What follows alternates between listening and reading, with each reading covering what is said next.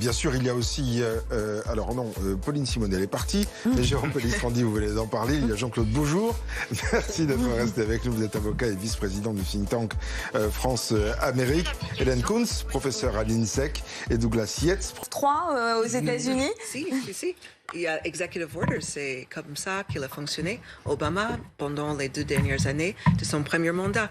Donc, il y a moyen de passer en force. Des lois.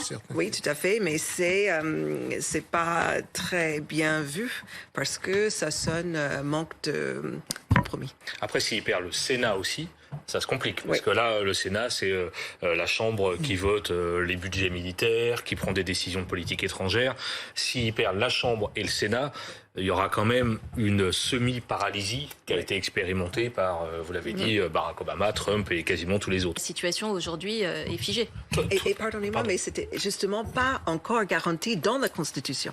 Et d'où réside le problème. C'était, comme vous dites fort bien, une décision de Cour suprême qui était invalidée par la Cour suprême, mais malheureusement, ce n'était pas encore inscrit dans la Constitution. Donc, quand la jeune femme dit que c'est renvoyé aux États, on pense à que s'inscrire dans les États, enfin dans les constitutions de chaque État. Effectivement, il n'y avait plus dans les faits droit à l'avortement. Par exemple, dans un État comme le Texas, je suis très surprise par ce qu'elle a dit sur la Floride, parce que même encore aujourd'hui, il y a des cas assez terribles, des très jeunes mineurs qui sont victimes de viol, qui doivent amener leur grossesse jusqu'à la fin parce que les pouvoirs publics disent qu'elles sont trop jeunes pour subir l'avortement. Elles sont enceintes de 10 ans. Juste un résultat, parce qu'on le donne. Vous en parliez tout à l'heure, Amandine, Ron DeSantis, qui est potentiel rival de Donald Trump pour l'élection de 2024, vient d'être réélu en Floride, réélu gouverneur, visiblement assez largement. Gouverneur réélu en Floride, c'est important de le dire parce que c'est peut-être un caillou dans la chaussure de Trump.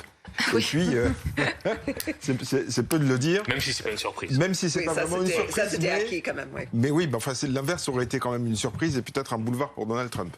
Oui, au-delà de la question de l'âge, on l'avait vu pendant la primaire démocrate avant la dernière présidentielle, il y a aussi cette aile gauche du parti, représentée, vous savez, par cette jeune élue de New York, Alexandria Ocasio-Cortez, le camp Bernie Sanders. Souvenez-vous de Bernie Sanders qui avait quand même animé la primaire. Oui, aussi, la 80 ans. Qui n'est plus tout jeune et donc a priori qui ne sera pas en lice pour 2024, mais donc elle est encore un peu jeune. Oui, mais ça peut aussi être l'occasion pour Kamala Harris de fendre l'armure et de se préparer autrement, parce qu'en 2 ans, elle a encore le temps d'essayer de faire une échappée. Ça n'est pas impossible, ça peut au contraire lui donner l'occasion, le bon motif pour dire à Joe Biden, c'est râpé pour toi, donc maintenant il faut qu'on se prépare, sinon c'est l'ensemble du camp démocrate. Aux États-Unis.